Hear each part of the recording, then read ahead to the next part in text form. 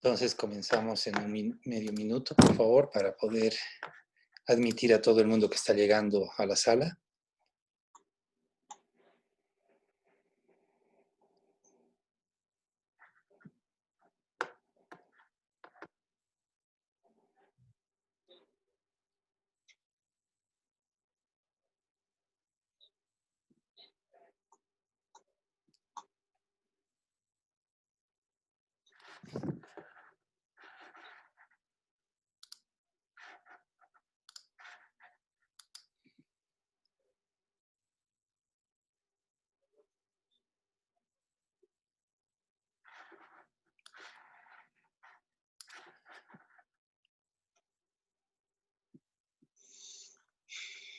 Ok, bueno,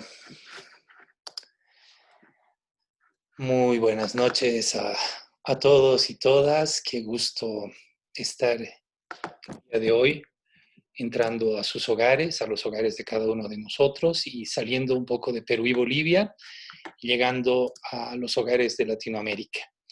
Hoy empezamos un ciclo nuevo pensado para reflexionar y explorar cómo se mira en Latinoamérica el tiempo de la cuarentena, lo que se nos viene en la poscuarentena, desde la mirada de las masculinidades. Bienvenidos a todos y todas nuevamente. SISTAC Bolivia y SISTAC Perú presentan esta serie de webinares denominada Hombres sin Salida, Diálogos en Cuarentena, Latinoamérica.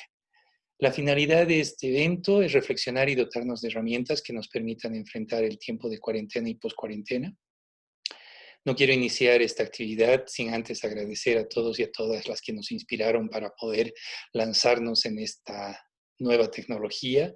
Además, utilizando este medio, llegar a muchos y muchas más personas de las que podríamos llegar a través de eventos presenciales. Hoy tenemos el placer de abrir este ciclo latinoamericano. Dialogaremos sobre la cuarentena latinoamericana y la masculinidad. Y tenemos dos invitados de lujo. No quiero empezar este evento sin agradecer primero a todos y todas aquellos que nos van a acompañar a lo largo de esta semana. Hoy nos acompaña José Alfredo Cruz Lugo. Él es mexicano, es el co-coordinador de la red Men Engage Latinoamérica. Se define a sí mismo como pareja, expareja y pareja actual, padre, cuidador y bordador de sueños, hombre cis en rehabilitación. Es de formación comunicador y educador popular y actualmente, decíamos, se desempeña como co-coordinador de la red Men Engage para América Latina. Nuestro segundo invitado viene de Argentina, Luciano Fabri, es miembro de la red Men Engage Latinoamérica, se autopercibe como varón cisgénero, es percibido de esa manera por el mundo, pero también él mismo se autopercibe a sí mismo como puto. Él tiene un doctorado en Ciencias Sociales y es licenciado en Ciencias Políticas, es integrante del Instituto de Masculinidades y Cambio Social y actualmente coordinador del área de género y sexualidad de la Universidad Nacional de Rosario, Argentina. Bienvenidos a ambos. Soy Jimmy Tellería y quiero dar pie a mi co-facilitador de este día, Wilmer Galarza. Gracias, Jimmy. Buenas noches. Mucho gusto de conocerles, José Alfredo y Luciano, Lucho, ¿sí? Desde México y desde Rosario, Argentina, compartiendo esta noche con todos y todas en Bolivia y también en otras partes de Latinoamérica. Antes de entrar en tema, porque sabemos que Men and Age es una organización, una red mundial muy grande, ¿sí? Con más de 600 adscritos a nivel mundial y más de 60 participantes a nivel latinoamericano en varios países de Latinoamérica y el Caribe. Y vamos a empezar por una previa que estamos utilizando como inicio de todos nuestros webinarios. Como hombres en proceso de sanación, como tú lo dices, José Alfredo, en retroceso de autentificarse como como algo más. ¿Cómo están ustedes viviendo esta etapa? Tal vez en el país de ustedes hay una cuarentena, tal vez es un autoconfinamiento. Primero, Alfredo, ¿cómo está tu rutina? ¿Cómo ha sido afectada tu vida? ¿Cómo estás percibiendo todo esto que está pasando en nuestro mundo? Desde tu mirada altamente particular, individual y como hombre latinoamericano.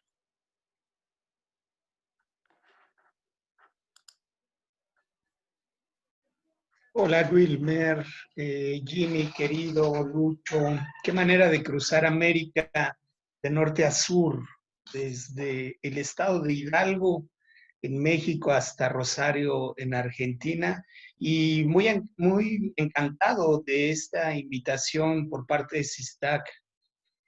Bueno, muchas cosas para comentar. De inicio, yo les puedo compartir que nací y viví muchos años en la Ciudad de México. Ustedes saben, una ciudad de más de 20 millones de habitantes, por lo que eso puede significar un monstruo, donde vivir con calidad, yo diría incluso con dignidad, cada vez es más difícil. Así que hace 3 años decidí salir de la Ciudad de México, me fui a vivir a 2 horas en el estado de Hidalgo, en una ciudad de menos de medio millón de habitantes. Ustedes supondrán el contraste que eso significa en la organización.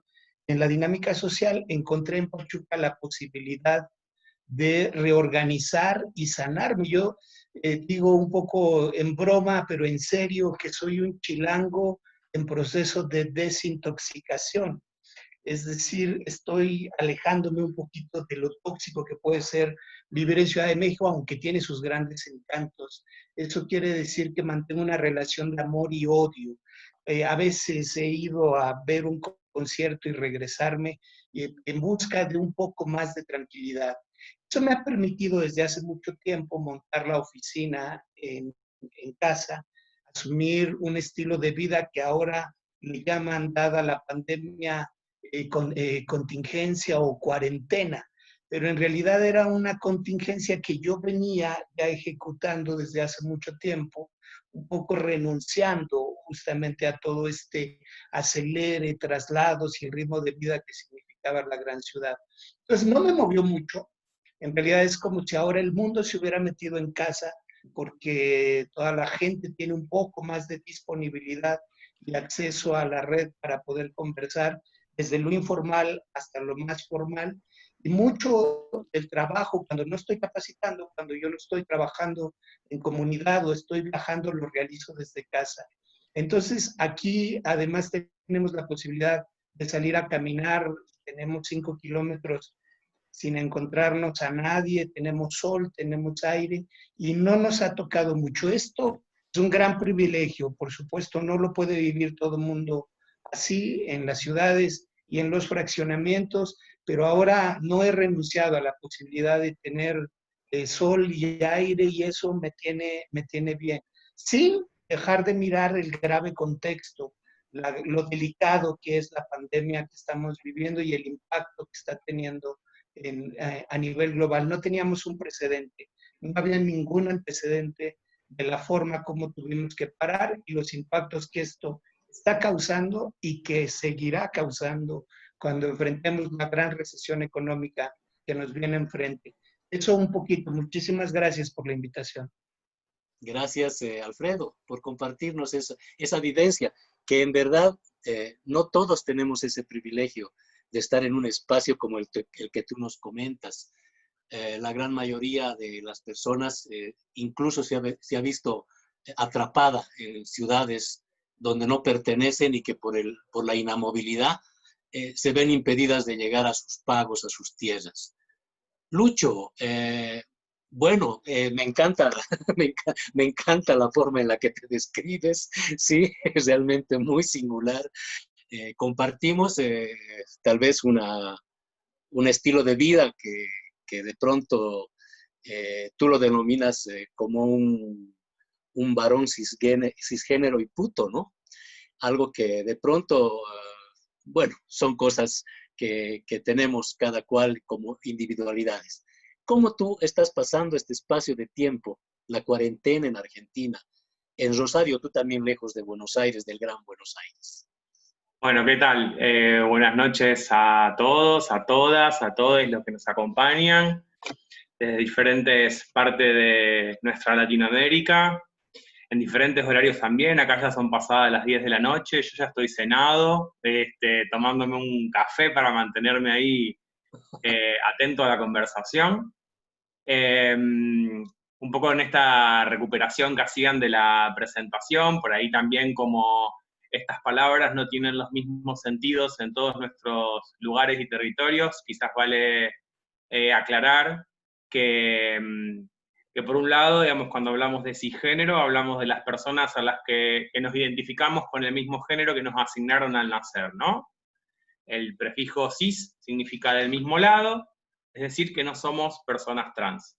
Esto bien vale aclararlo porque en general también, en el ámbito de las masculinidades, se supone que hay varones y hay varones trans, como si los varones fuésemos más verdaderos que los varones trans.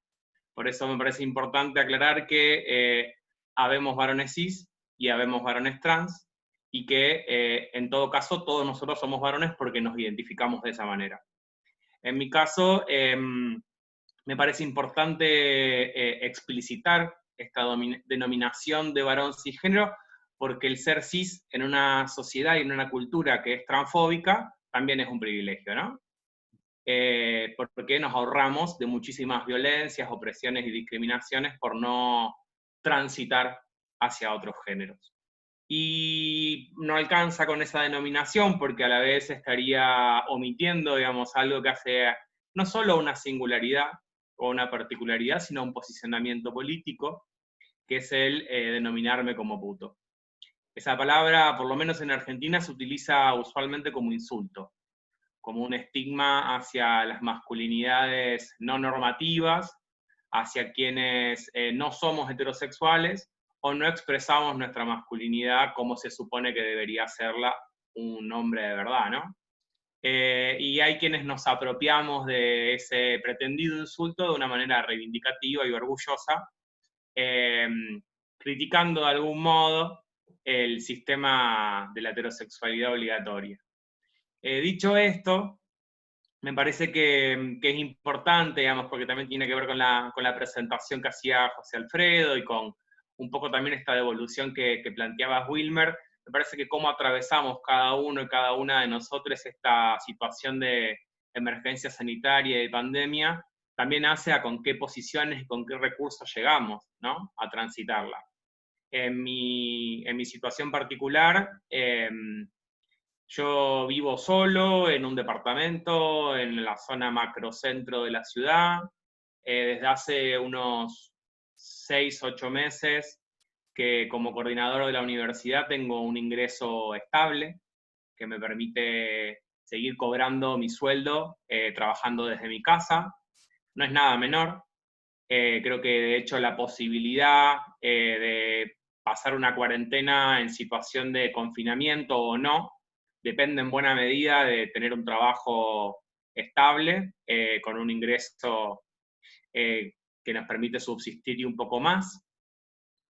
Estoy acostumbrado también a estar en mi casa bastante, así como José Alfredo, cuando no viajo por talleres o por capacitaciones o por congresos, suelo pasar mucho tiempo dentro de mi hogar, así que no es un lugar que me resulte ajeno o que me sienta encerrado. Me lo apropié bastante también en estos días, estuve puliendo el piso, cambiando los muebles de lugar, reordenando un poco para sentirlo más cálido. Y trabajo desde acá, trabajo muchas de las cosas que hago con la universidad y muchas otras que hacen al activismo del Instituto de Masculinidades y Cambio Social. Así que en buena medida esos son mis días. Le traté de meter un poco de rutina de yoga por las tardes para bajar un poco la ansiedad. Y de algún modo también acompañándonos como podemos, con los recursos que tenemos, con nuestras amistades, con nuestros compañeros de militancia, con nuestros familiares, para saber que estamos ahí y que los otros también están ahí para nosotros, que me parece bueno, que es un poco el desafío de estar cerca a pesar del distanciamiento social, ¿no? Creo que ese es otro de los recursos con los que enfrentamos esta situación que atravesamos hoy en día. Bien, muchísimas gracias a ambos por contarnos un poco la vivencia con la que están enfrentando esta situación. Definitivamente en América Latina cada país ha desarrollado sus dinámicas propias para enfrentar esta pandemia y identificamos que, por supuesto, no todos los países han implementado procesos de confinamiento llamados cuarentenas obligatorias. En algunos casos ha sido de maneras muchas más radicales, con la salida de las Fuerzas Armadas como un mecanismo de control. En otros, como en el tuyo, José Alfredo, México, no se ha declarado una cuarentena como tal, sino más bien un proceso de autoconfinamiento. Creo que algunos estados han desarrollado alguna política más específica, pero no es un proceso unificado para toda la República. Y en ese marco me encantaría mucho, José Alfredo, que tú nos pudieras comentar cómo estás mirando el tema de la masculinidad en estos tiempos de COVID. Está claro que el COVID vino para quedarse buen tiempo, no se va a ir rápido y hoy lo estamos viviendo de una manera bastante traumática porque toda la comunicación y todo lo que se está manejando de manera pública está bajo la lógica del miedo y el terror para que quedemos todos presos en nuestras casas de manera o voluntaria u obligada. Y entonces, por supuesto, esto está afectando la vida de nosotros los hombres. Me gustaría mucho que me comentaras cómo tú, a través de la coordinación de la red Men Engage, has ido viendo, a partir de los reportes de los países y de los diferentes miembros de la red, que te han ido contando cómo se está viviendo el tema del COVID en tiempos de cuarentena en América Latina.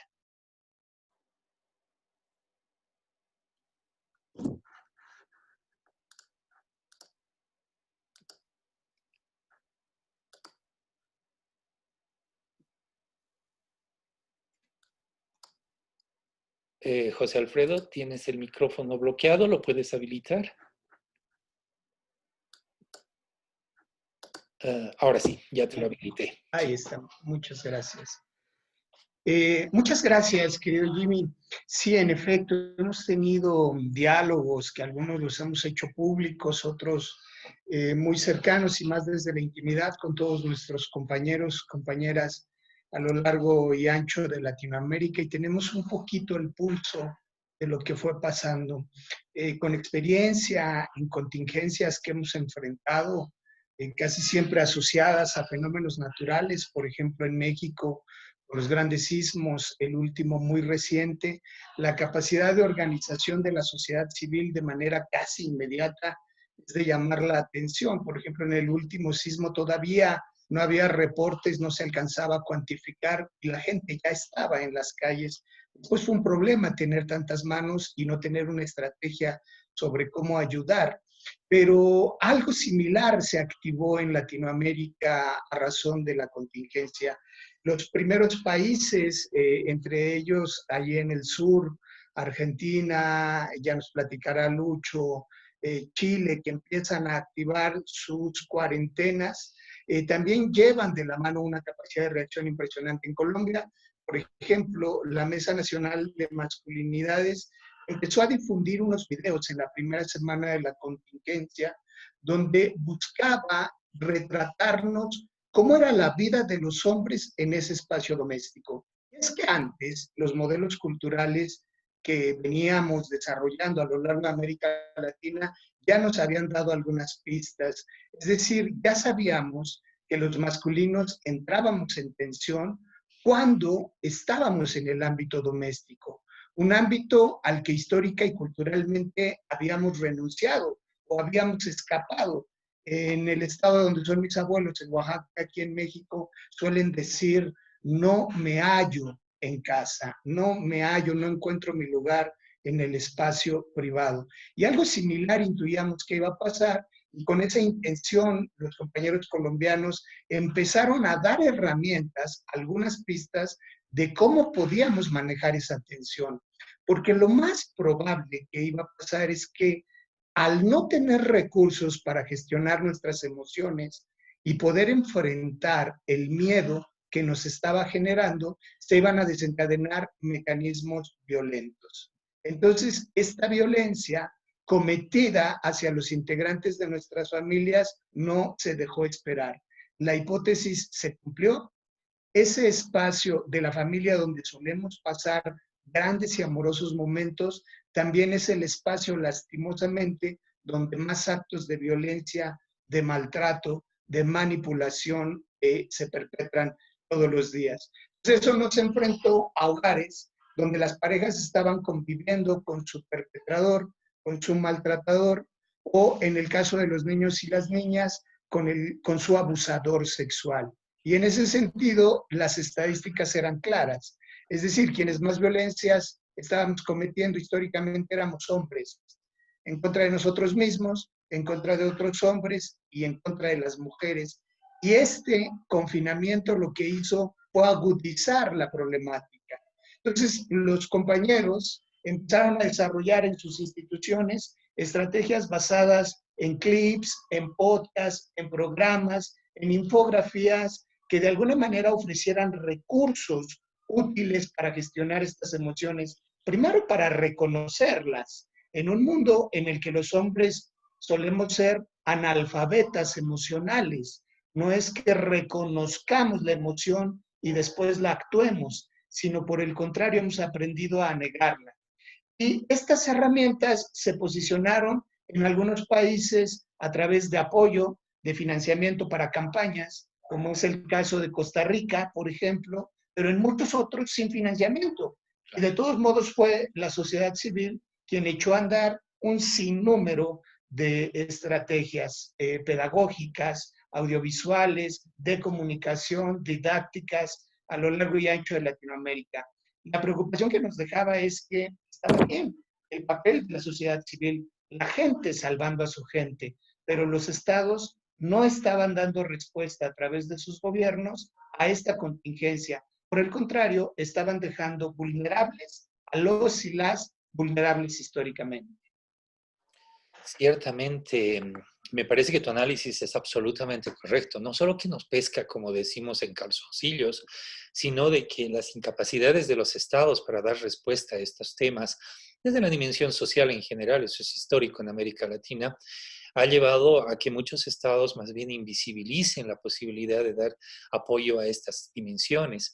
Y es por eso que un elemento que me ha parecido muy importante es que ustedes como Red Men Engage han hecho un manifiesto que acaba de circular en esta semana, que es un posicionamiento que tiene que ver justamente con la reflexión que nos estás planteando, pero adicionalmente está desafiando en esta coyuntura a los estados, a sus gobiernos y a los pueblos a construir una respuesta en torno a esta situación. ¿Nos puedes contar un poco sobre la declaración de Men Engage Latinoamérica?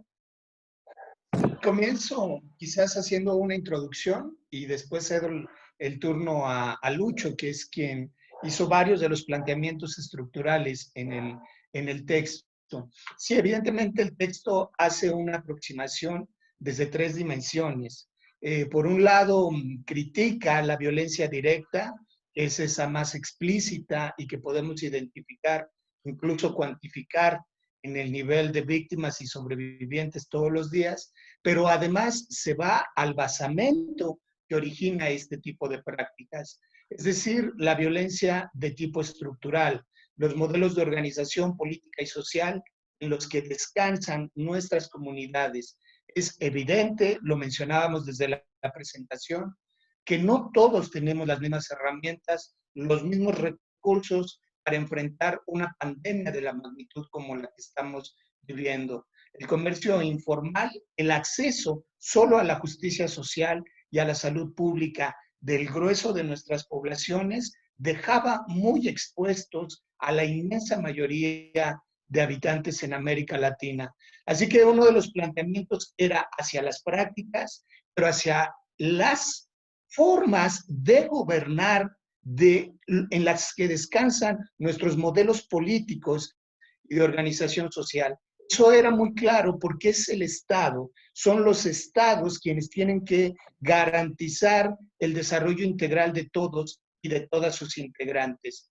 Y por último, lo que hace también es hacer un análisis sobre lo que origina nuestras prácticas, es decir, nuestros pensamientos, nuestras creencias, nuestras ideas acerca de la forma como hemos aprendido a ser masculinos y femeninas, qué tipo de privilegios, qué tipo de estructuras descansan y determinan nuestros roles, nuestra interacción, nuestra forma de convivir con el mundo. Entonces, desde estos tres niveles, criticando las prácticas, pero también su origen a través del basamento cultural, sobre todo haciendo una exigencia a las formas de gobernar, elaboramos este pronunciamiento que ha sido adscrito por las redes que forman parte de esta alianza Men Engage, pero que además trasciende las firmas o las redes o las instituciones. Intenta ser un texto sensible, personal, al que se pueda adherir todo mundo si así lo desea. Nos parece importante darle voz, poner el rostro para resignificar y en todo caso otorgarle un aprendizaje a la pandemia que estamos enfrentando. Muchas gracias. Wilmer. Sí, bueno, para dar pie también a Lucho, que nos pueda comentar acerca de esta declaración que Men Engage ha puesto en el aire. Nos gustaría saber, primero, Lucho, tú vives en una ciudad que no es la capital, no estás en el centro de la Argentina, no es el Gran Buenos Aires. ¿Cómo estás viviendo tú en Rosario? ¿Cómo está viviendo Argentina esta pandemia, esta cuarentena? Y de ahí conectamos directamente a lo que comenta Alfredo acerca del contenido y el relacionamiento que esta declaración significa tanto para la región, los gobiernos de la región y también para sus pueblos, ¿no?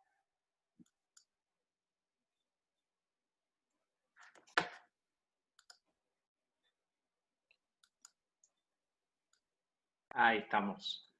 Bueno, en principio en Argentina hace ya desde el 20 de marzo que se declaró el aislamiento social preventivo y obligatorio, que de algún modo, digamos, lo que plantea es una circulación restringida, que excluye del aislamiento a determinados sectores de la población, insertos, digamos, en lo que se consideran servicios esenciales, que de todos modos, con el correr del tiempo, se han ido ampliando a algunas otras ramas, ¿no? En principio era fundamentalmente la producción y provisión de alimentos, el área de salud, de seguridad, de transporte público y no mucho más.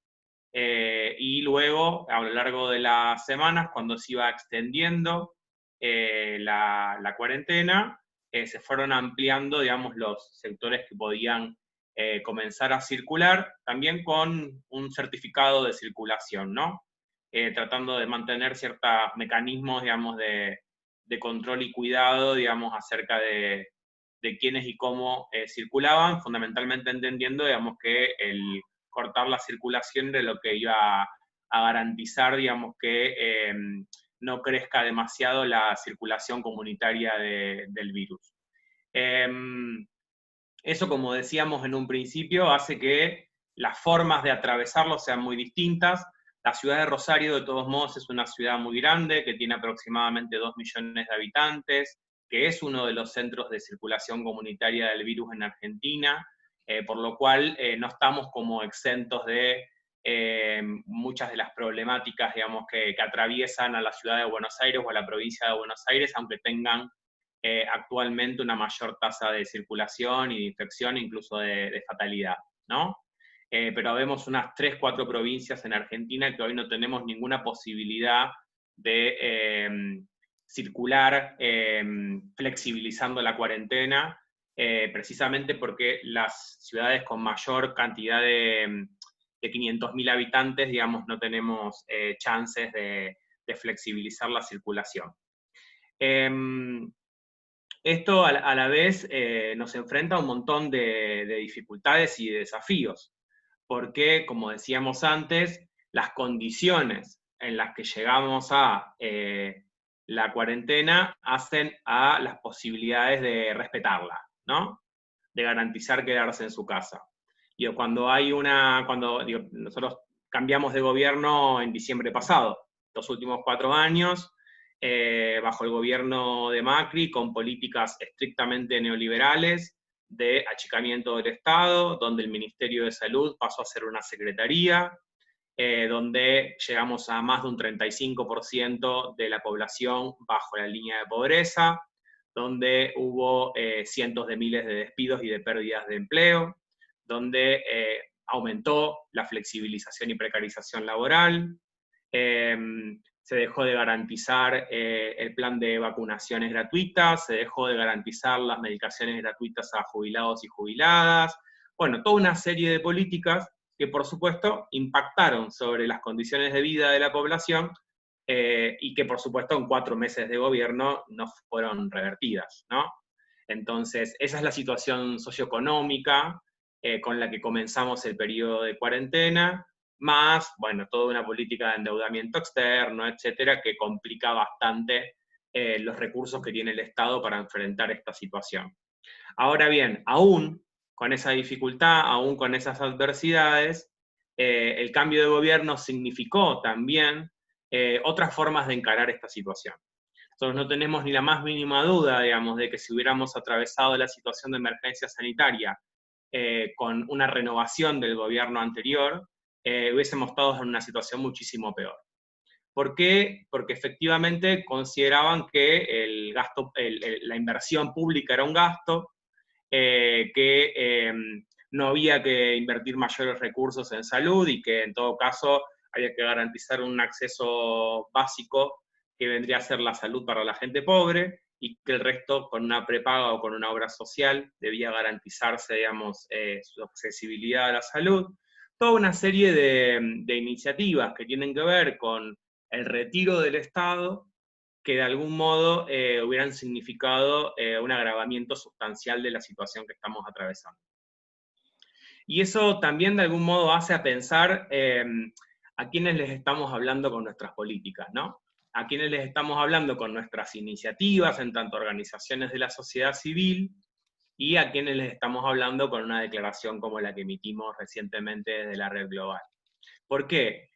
Porque claramente las iniciativas que podemos tener como organizaciones, invitando a través de las redes sociales a conversatorios, a trabajar con determinadas herramientas de difusión, de videos de sensibilización, de materiales para la lectura, para repensar, digamos, nuestra participación en la vida doméstica, en las tareas de cuidado, en el manejo, digamos, de estas situaciones de tensión y conflicto, etc., son hacia destinatarios que se mueven más o menos en los mismos círculos que nosotros, ¿no?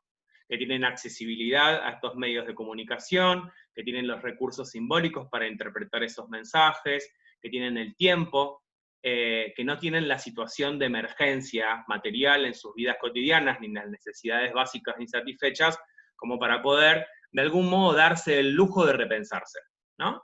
Digo, todos sabemos que repensarnos, y repensarnos desde una crítica radical de nuestras sensibilidades, de nuestras prácticas, implica una inversión energética, ¿no? Hay que poder repensarse, hay que tener la panza llena para repensarse, hay que tener calor en la casa, hay que tener algunas necesidades básicas y no tan básicas satisfechas para poder encarar ese proceso de reflexión. Digo, no tenemos que dejar de hacerlo porque, por supuesto, hay muchísimos varones esperando recursos para poder darse ese proceso, y muchos de los compañeros que veo acá nombrados son compañeros que pertenecen a colectivos o organizaciones que están haciendo esos esfuerzos de pensar creativamente herramientas para interpelar e interpelarnos en este contexto de distanciamiento. Ahora, como eso no alcanza, como las herramientas de la sociedad civil no nos están alcanzando, también hay que interpelar a los estados. Y hay que interpelar a los estados a que tengan políticas públicas activas que le acerquen a la gente que está pasando las mayores necesidades, los recursos necesarios para que no tengan que salir de sus casas, para que tengan elementos de higiene para poder seguir las normas sanitarias que les estamos recomendando, para que tengan la alimentación necesaria, digamos, para poder tener las defensas altas, para que no tengan que recurrir por cualquier otra dolencia o padecimiento de salud a un hospital que puede llegar a ser un centro de contagio, para que no tengan que tomarse un colectivo 2 horas para ir a un sanatorio y contagiarse en el transporte público. Digo, todas esas herramientas, digamos, que tienen que ver, digamos, con las ciudades fragmentadas, con la falta de accesibilidad a los servicios básicos, son las que quedan expuestas en una situación como esta. Están siempre ahí, ¿no? Pero me parece que esta situación las pone con mayor evidencia, y creo que quienes estamos trabajando en esta agenda tenemos que poder repensar, por un lado, digamos, cómo la masculinidad, los privilegios y las violencias se ponen en juego en el marco de nuestras relaciones interpersonales, pero también entender que la masculinidad es un sistema profundamente político que hace a la configuración de relaciones desiguales de poder y no solo a nuestros vínculos interpersonales. Que el Estado también configura esas matrices culturales y políticas que hacen a la configuración de determinadas masculinidades. Un sistema que es capitalista, que es patriarcal, que es extractivista, que es neoliberal, es un sistema forjado al calor de esa idea de la masculinidad colonial moderna, que tenemos que poner en discusión cuando no queremos solamente discutir roles y estereotipos, sino la necesidad de interpelar profundamente el sistema en el cual estamos interviniendo, porque la pandemia, ojalá, pase, pero las desigualdades van a persistir y probablemente se hayan profundizado después de este contexto, ¿no? Y tenemos que tener herramientas creativas y políticamente profundas para interpelar la situación con la que nos vamos a encontrar dentro de unos meses, cuando el tema ya no sea solo el COVID, sino las consecuencias que todo este proceso generó. Bien. Jimmy, querías hacer una consulta. Sí, justamente una de las cosas que hemos estado viendo, producto justo de los webinars anteriores, primero es confirmar que esta pandemia es absolutamente desigual. Es decir, nos han querido hacer creer que es como la pandemia más igualitaria, más democrática, y la verdad, cuando empezamos a profundizar el análisis de lo que está impactando en la vida de las gentes, en la vida de las mujeres, en la vida de los niños, etcétera, etcétera, vemos que hay un impacto absolutamente desigual. Y por supuesto, este impacto desigual no solamente por la vivencia desde la subjetividad, sino también por la implicancia económica, implicancia social e implicancia política, va a profundizar tremendas desigualdades. Sin embargo, por el otro lado, también hay como una mirada relativamente optimista de los beneficios que la pandemia nos está generando.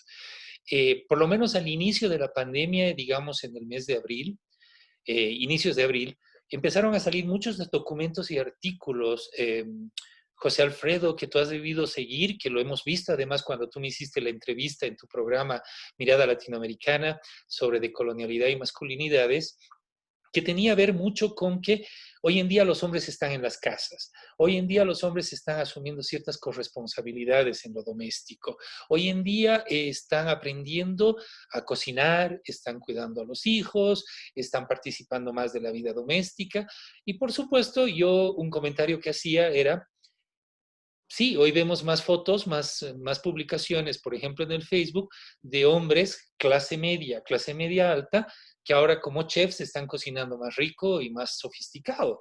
Pero por supuesto, los invisibles, que son los sectores populares, los sectores masivos, no estaban compartiendo ese tipo de documentos, no estaban mostrando lo maravilloso que les estaba resultando en su vida familiar el tema de la cuarentena.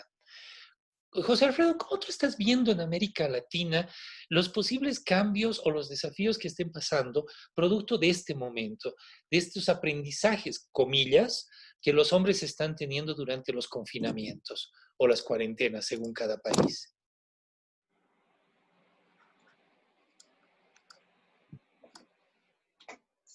Gracias, Jimmy, Wilmer, Lucho. A mí me resulta un regalo las categorías de análisis que van poniendo sobre la mesa para tratar de entender esta realidad. porque una de ellas tiene que ver con la necesaria perspectiva de género, pero también otras lentes para poder interpretar esta realidad, como es desde la raza, desde la etnia, desde la edad, ¿no? Es decir, se vuelven también atenuantes en contra. Si bien antes ya sabíamos que ser mujer ya era sujeto de ciertas vulnerabilidades, estas se potencializaban si eras mujer indígena.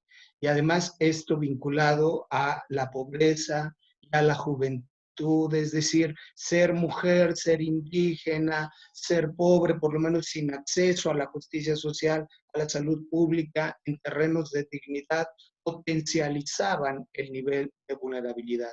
Entonces es importante ponernos estos lentes, porque ello también se traduce en privilegios o en atenuantes que no nos permiten acceder a la dignidad.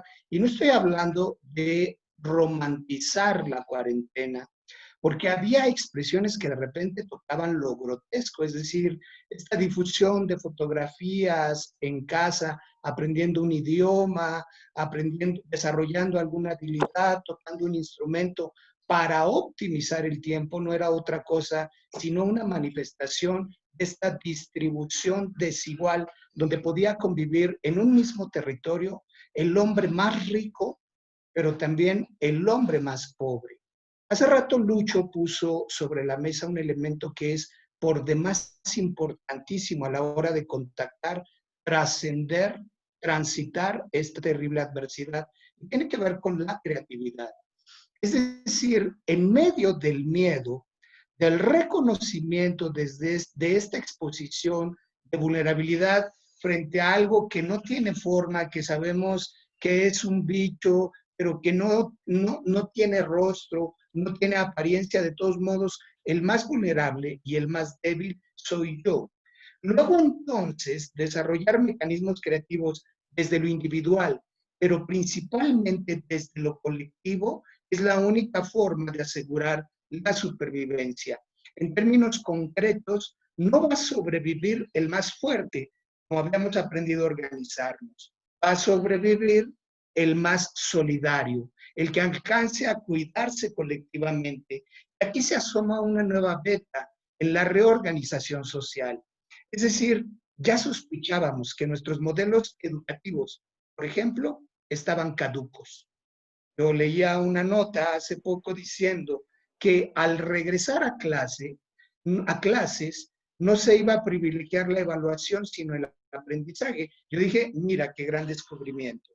Porque claro, los teóricos, los grandes teóricos de la educación popular nos hablan de la importancia de que el aprendizaje sea significativo y que dejemos de asignar un número, una calificación a este proceso. Es decir, no empata el aprendizaje con la evaluación. Algo similar pasa con los modelos económicos y de organización social. Podríamos estar, por lo menos a la hora de conversarlo, frente a la posibilidad de impulsar modelos de cooperación que sean comunitarios, que sean colectivos, donde la economía descanse incluso en el trueque, porque reactivar las economías en los modelos neoliberales donde nos veníamos relacionando va a ser sumamente difícil. Lo que yo estoy diciendo no tiene absolutamente nada de nuevo. Nuestros pueblos originarios tienen formas de organización comunitaria. Las decisiones se toman en asamblea, todos se organizan y hacen un tequio, un trabajo comunitario, para que el trabajo de todos termine por beneficiar a todos. Si nos replanteáramos esta nueva forma de organizarnos, probablemente podamos sobrevivir. Y lo digo probablemente, porque es que antes ni siquiera la visualizábamos, pero hoy estamos hablando de ello. Eso nos habla de una posibilidad de conciencia frente a la percepción del riesgo.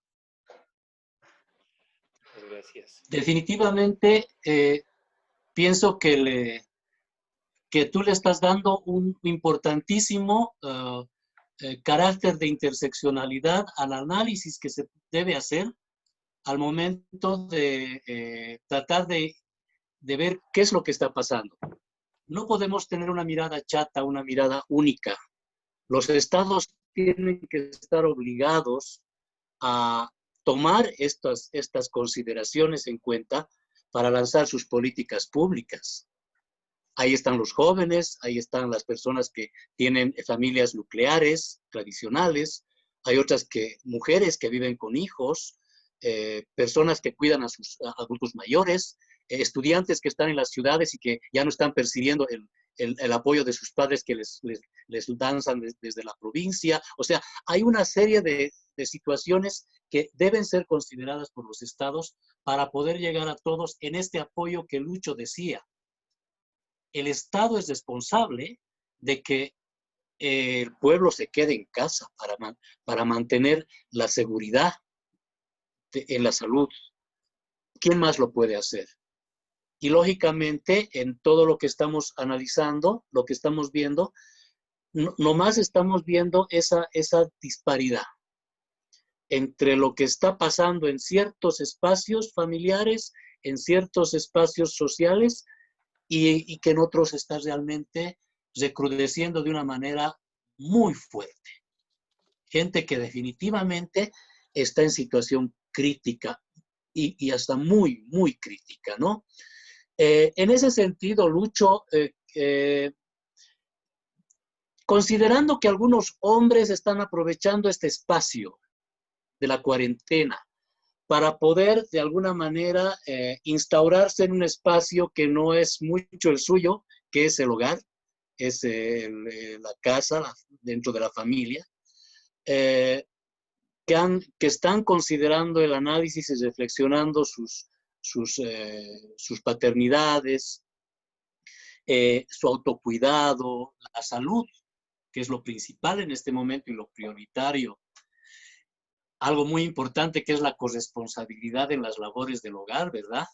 Que de pronto se las dejábamos siempre a las mujeres, pero que de pronto también por X o Z motivo nosotros estamos integrando parte de esas corresponsabilidades.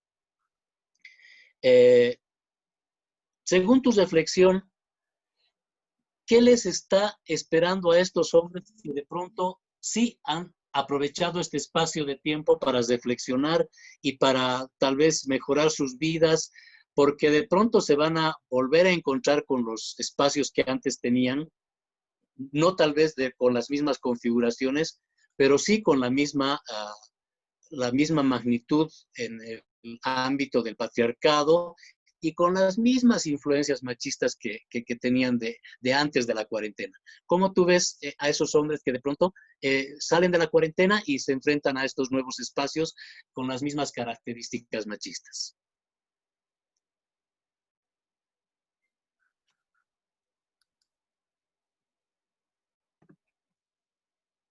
Bueno, a ver, yo creo que siguiendo un poco con lo que fuimos reflexionando en los diferentes diálogos anteriores, lo que deberíamos tratar de pensar para el escenario post-cuarentena es que precisamente no volvamos a tener que lidiar con los cuidados como si fuesen un problema individual o un problema familiar, ¿no? Porque ahí sí volveríamos a encarar esa agenda desde una mirada que no es interseccional y que podría llevarnos, digamos, al riesgo de encararla desde una mirada liberal, ¿no? ¿En qué sentido?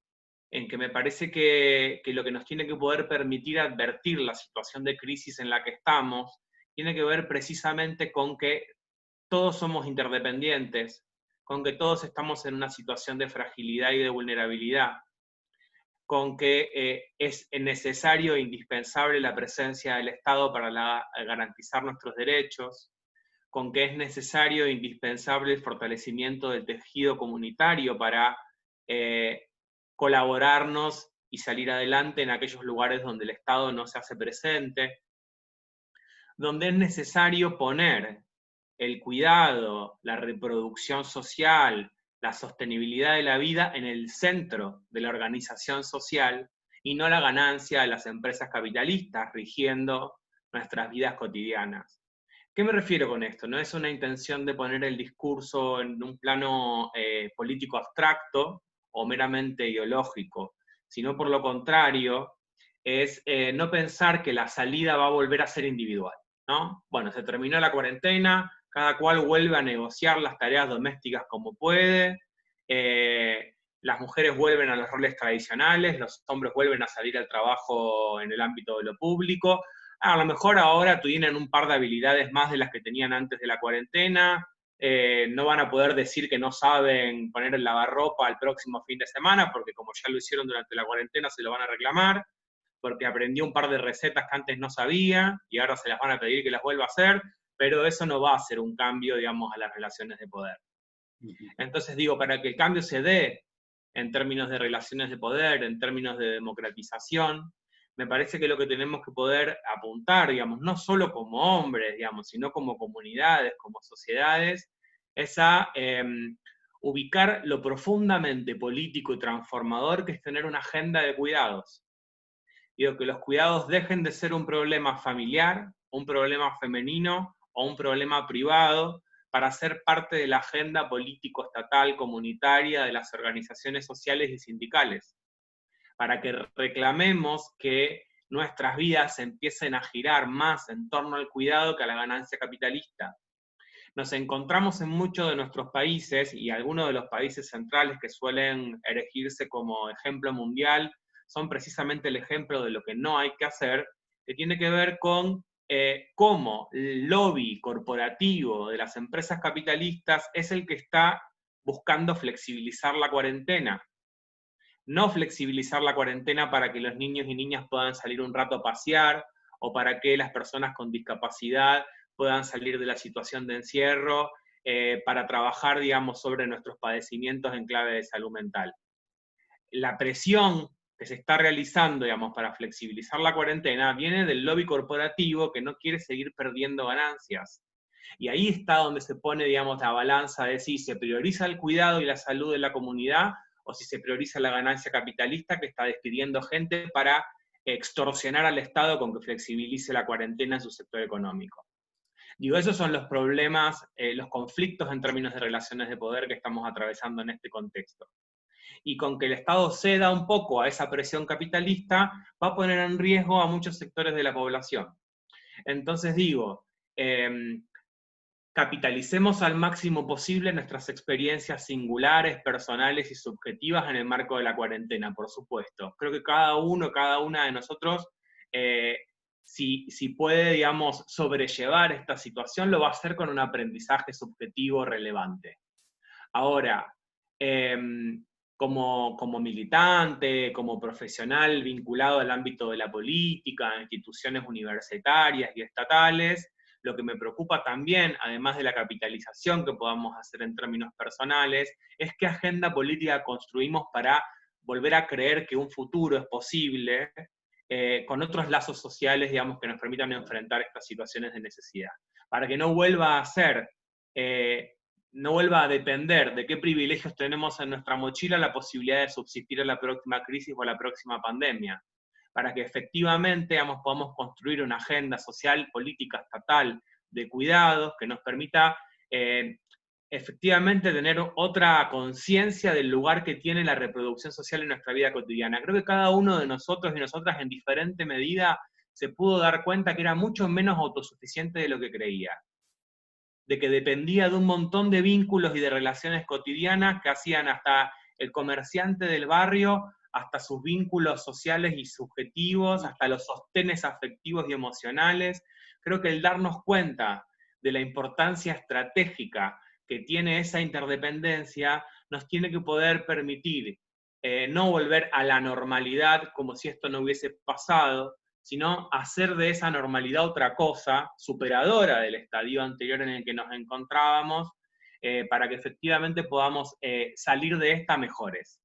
Salir de esta mejores como personas, como comunidad, y también que nuestros gobiernos salgan mejores porque le reclamemos mejores agendas para respetar y garantizar nuestros derechos. A mí me preocupa profundamente esa situación, porque creo que la desigualdad se va a profundizar con esta situación de emergencia que estamos viviendo, y que si creemos que terminada la cuarentena termina el problema, vamos a dejar a un montón de personas a la intemperie.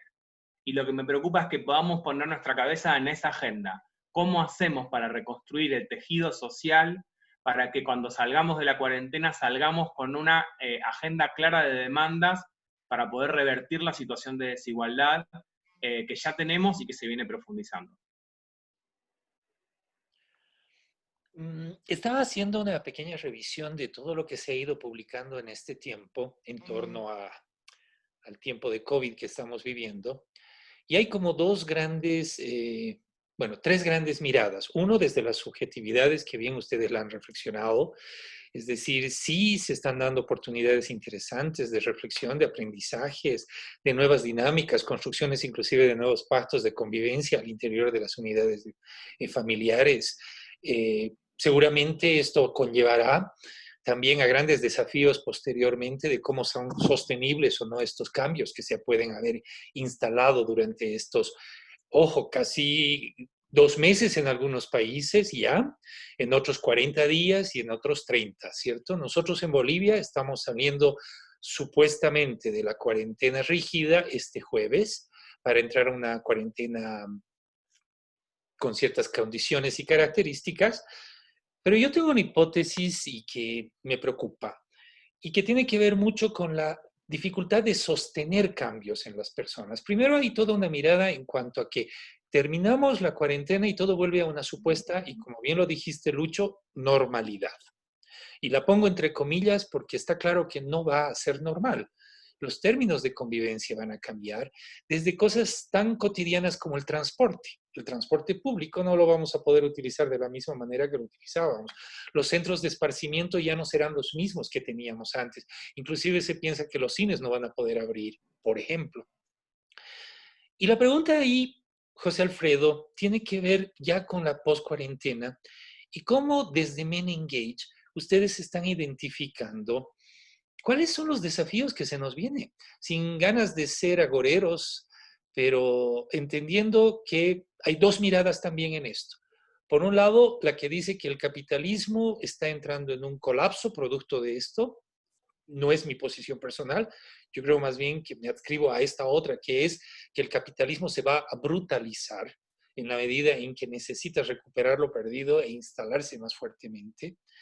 Y entonces, obviamente, los subjetivos, las personas, los individuos, vamos a tener que fluir en un entorno nuevo que no necesariamente lo conocemos, no lo entenderemos necesariamente al primer momento. ¿Cuáles son los desafíos que desde Men Engage se están viendo para los hombres en cuestión de líneas de acción, de temas de trabajo para la post-cuarentena?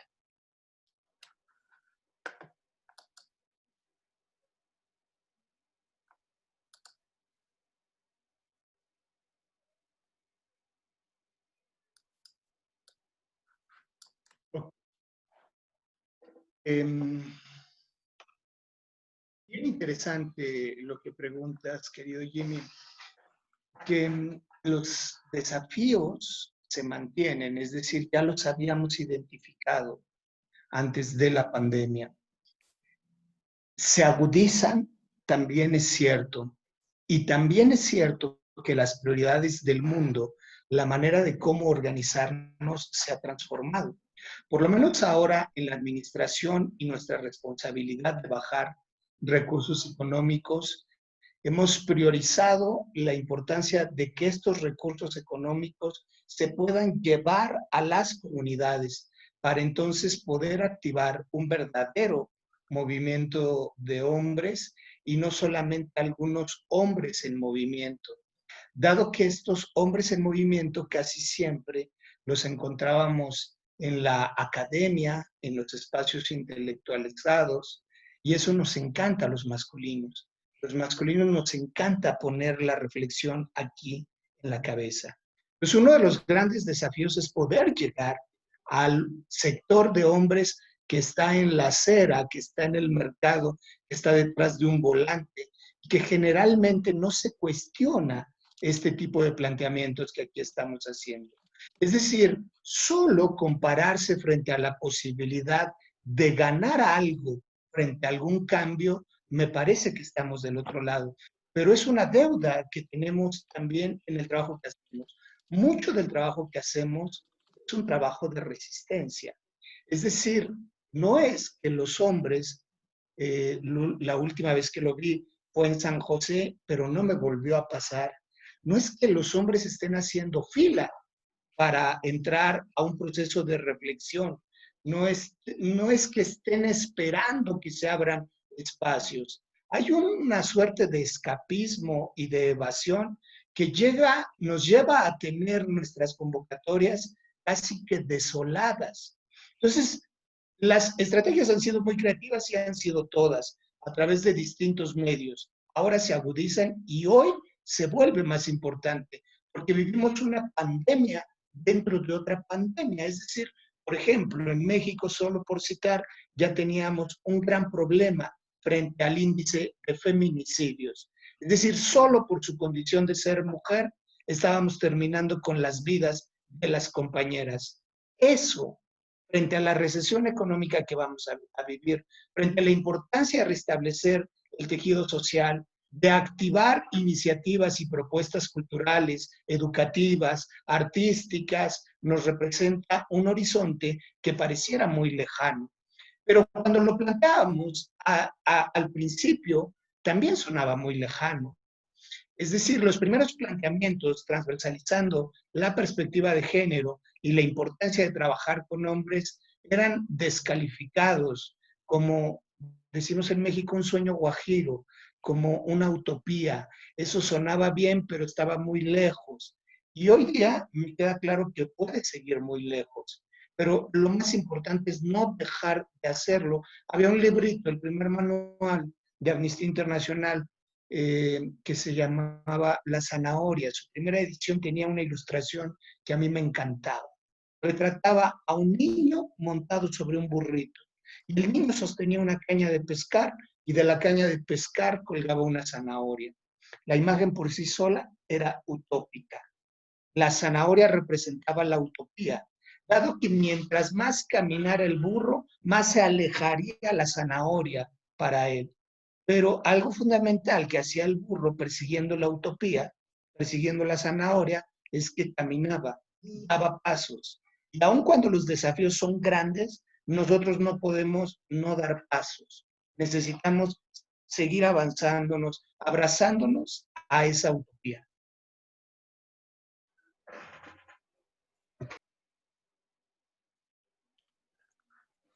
Wilmer. Sí, muy linda la imagen que nos muestras, José Alfredo, de este caminar, ¿no? Lucho, realmente también una imagen muy positiva. Sabemos que van a haber muchas situaciones, van a haber muchas realidades que van a aflorar durante este tiempo y luego de que continuemos con otras medidas para preservar la salud en nuestra región. Bueno, el hecho es que muchas personas, muchos hombres están soportando. Están soportando el encierro y no va a pasar nada en sus vidas y va a salir la cosa como tal vez la tenemos prevista negativamente. Pero también va a haber otros hombres que sí, reflexionando, van a ver lo bueno de lo malo. Van a haber muchas situaciones dificultosas y la resiliencia va a ser la que gane, ¿no? Van a poder manejar mejor las situaciones de pronto cuando estemos en mejores circunstancias. Y bueno, Jimmy, creo que el balance que debemos hacer es sobre lo que nos viene por delante. El desafío que tenemos como organizaciones, como individuos, como hombres que estamos afrontando y que estamos caminando para adelante, a pesar de las dificultades, y que de pronto articulados podríamos hacerlo mejor. ¿No te parece, Jimmy? Sí, definitivamente uno de los grandes desafíos, y creo que esto tiene que hacerse desde redes articuladas, desde iniciativas institucionales, desde lo local, lo regional. Bueno, el trabajo de masculinidades, de hecho, no es nuevo en la región, pero evidentemente se nos abren más bien montones de desafíos permanente y constantemente. Y aunque está de moda en la agenda de la cooperación, evidentemente muchos de los temas que hemos ido planteando y que Lucho, tú los has ido planteando muy fuertemente, así como José Alfredo, no necesariamente en este momento son temas de la cooperación o temas de desarrollo.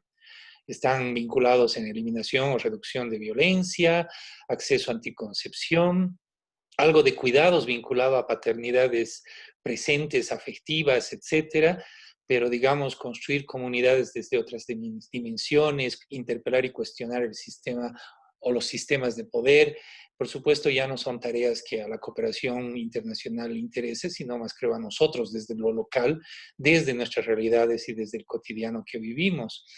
Será tema nuestro instalarlo, llevar adelante y sostenerlo, por supuesto. Yo quisiera invitarles, Lucho, José Alfredo, a que pudieran hacer su cierre con sus reflexiones finales. Hablar de masculinidades en Latinoamérica en tiempos de COVID nos lleva también a pensar grandes desafíos.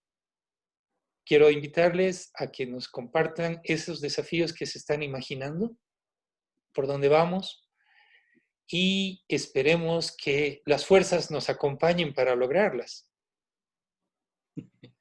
Saben que algo que estaba pensando cuando los escuchaba en las últimas intervenciones es que una de las cuestiones que habría que preguntarnos también un poco a qué responden, ¿no?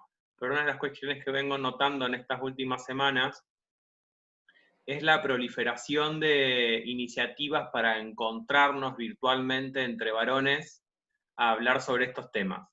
Muchas más, al menos de mi parte, que las que percibí fuera del periodo de cuarentena.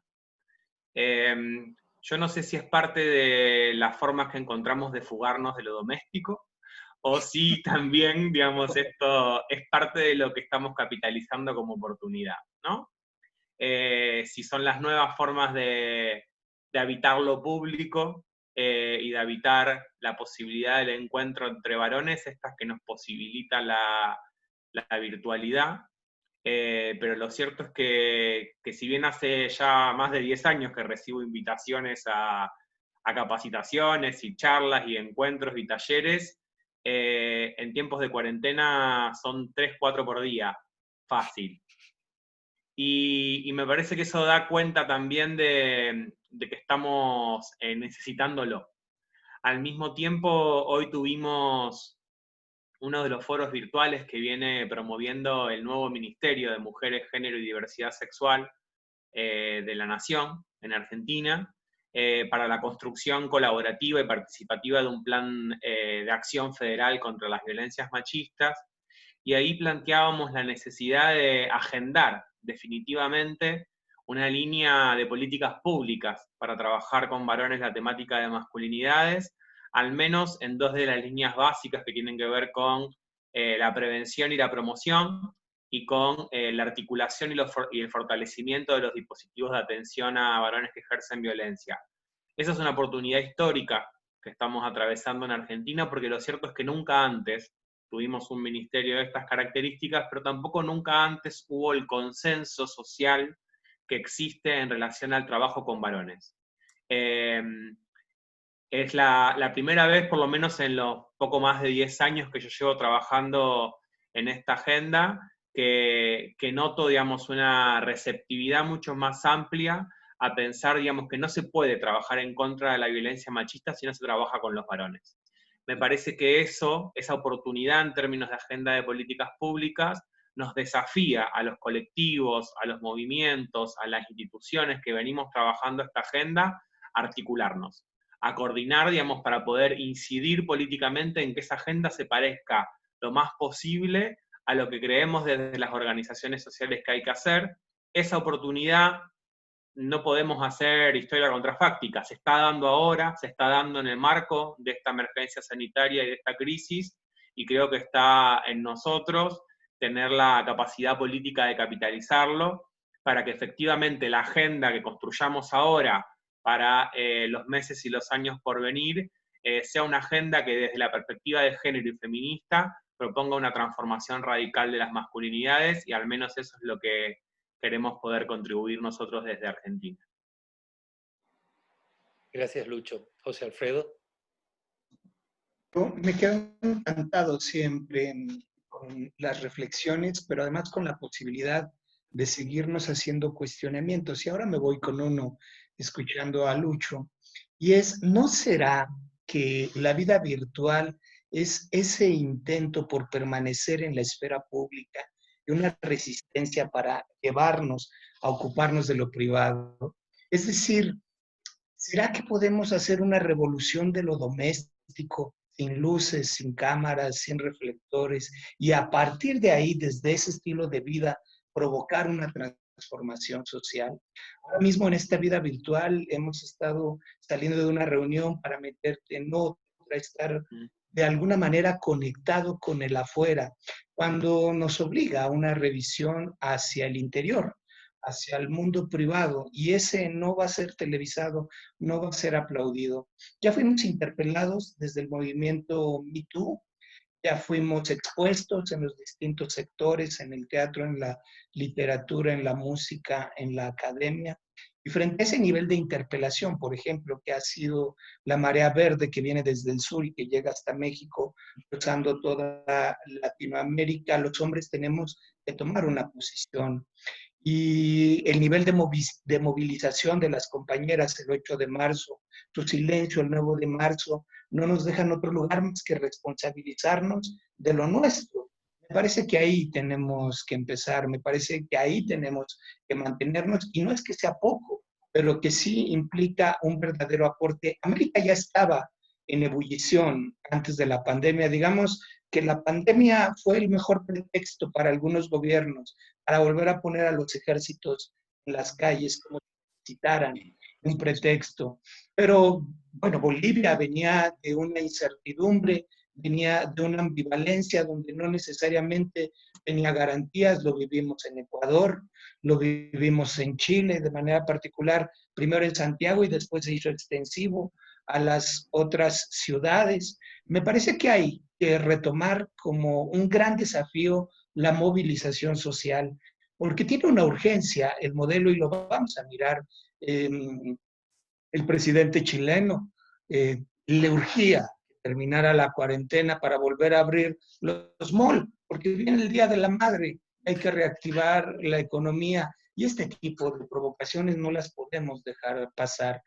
Tanto que atendiendo toda esta contingencia, otra vez hubo movilización social en la hora llamada Plaza de la Dignidad en Santiago. Entonces hay un verdadero reto, nos vamos a decepcionar, nos vamos a frustrar, estoy casi seguro que así será, pero somos unos soñadores, somos unos locos y somos unos tercos, y a mí me da mucho gusto mirar ahora en mi pantalla por lo menos 4 de esos locos soñadores para seguir articulando complicidades, más los casi 60, las que están conectados. Muchísimas gracias, mi querido Jimmy, por la invitación, Wilmer, y un abrazo hasta La Paz y Rosario para todos ustedes. Muchísimas gracias, José Alfredo. Wilmer, para cerrar.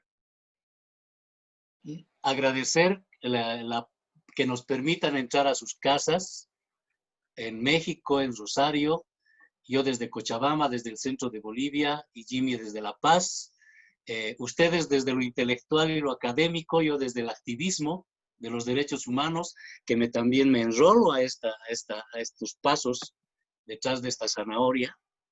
Y bueno, pues hay que ir para adelante. Yo me quedo con algo bien importante. Yo no quisiera que sea una fuga del hogar el conectarnos al Internet. Que sea más bien la oportunidad de hacer más cosas en el hogar y darle un espacio mediante el Internet a lo público. Y siento en el alma que lo que alguien hace muy pequeñito en alguna parte del mundo repercute de alguna manera en el resto. Nos olvidaremos de que nuestros países son islas. Lo que pasa en nuestro país, lo que pasa en nuestro municipio, en nuestro departamento, en nuestro país, está influenciando en todo el resto de Latinoamérica, en el mundo entero. Todos estamos influenciados. Y me quedo con eso, y espero que los hombres realmente reflexionemos y nos enrolemos en estos pasos que vamos a dar hacia adelante. Gracias por su presencia. Muchísimas gracias. Ciertamente, Lucho, vos tienes la capacidad de poner el dedo en la llaga. Y esta pregunta que nos has hecho me la llevo también yo personalmente. ¿En qué medida el necesitar lo público, la calle, lo estamos viabilizando a través de estos medios? Eventualmente, espero que no sea desde esa reflexión que llevamos adelante estos eventos, sino más bien la oportunidad de utilizar estos canales para seguir manteniendo la agenda y, por supuesto, promoviéndola. Es muy interesante ver la diversidad de personas y países que han ido entrando a la sala, y este documento se volverá video y estará disponible para otros y otras. Entonces, buenos desafíos, buenas preguntas, lindísimas reflexiones. Muchas gracias, José Alfredo, Men Engage Latinoamérica, con quienes estamos estableciendo un contacto más fuerte, un lazo más sólido para poder construir un proceso regional que represente también a Bolivia y represente a la región en Bolivia. Lucho, ¿qué te puedo decir? Tuvimos la oportunidad de conocernos hace mucho tiempo atrás en un evento en Bilbao, allá por los otros mares, y qué lindo reverte en este espacio, y esperamos contar con ustedes pronto aquí en Bolivia, física, materialmente. Tenemos comentarios muy lindos que van desde halagos que por los cuatro habíamos estado con lentes en algún minuto, Así. que los comentarios han sido muy pertinentes, que la gente ha tenido la oportunidad de escuchar otras experiencias y otras reflexiones. Entonces, creo que ha sido pertinente y oportuno haber hecho este evento para iniciar esta serie de webinares de la semana. Para el público que nos acompaña, invitarles, mañana haremos una mirada más local, pero también desde las posibilidades de respuestas concretas. Miraremos la experiencia de una asociación civil mexicana que se llama GENDES. Ellos nos compartirán toda la experiencia y todo el aporte que están haciendo desde México en estos tiempos de COVID-19. El día miércoles haremos una mirada más subregional. Tendremos un webinar para mirar la experiencia centroamericana. Hoy nos fuimos de México a Argentina, pero el miércoles nos quedaremos un poquito en el centro para mirar cómo el C4, es decir, la experiencia de Nicaragua, El Salvador, Honduras, Guatemala, y también reflexiones desde Panamá, nos permitan ver cómo se está mirando, reflexionando el tema de la masculinidad en estos tiempos de COVID-19. El día jueves volveremos a lo local, pero haremos un ejercicio interesante que es mirar desde Perú cómo las compañeras feministas están mirando toda esta dinámica que se está dando en las masculinidades en tiempo de COVID. Hay experiencias muy interesantes en Perú, cuestionables posiblemente, reflexionables, por cierto, que nos permitirán hablar de lo que está sucediendo en Perú y masculinidades. Y el día viernes cerraremos con un webinar dedicado a una reflexión sobre la violencia machista. Y contaremos con la experiencia de Uruguay y la experiencia de Bolivia, representada por compañera feminista, pero que también nos permitirá ver qué es lo que sucede a nivel de América Latina. Como verán, es una semana rica, linda para poder seguir hablando de los temas, que no sea una fuga, sino más bien... Dejen preparada la cena antes del conversatorio. Yo creo que Así sí, es. porque los horarios también nos están haciendo un lío. Tenemos 2 horas menos allá, 1 hora más allá. Bueno, eso es lo maravilloso de esta tecnología. Agradecerles por su tiempo, por su compromiso, comprometernos desde SISTAC Bolivia y SISTAC Perú a aportar profundamente en el movimiento latinoamericano, en este proceso de construir igualdad, construir democracia, construir continente para todos y todas. Muchísimas gracias y cerramos el día de hoy. Placer estar con ustedes. Gracias. Gracias, un abrazo. Gracias.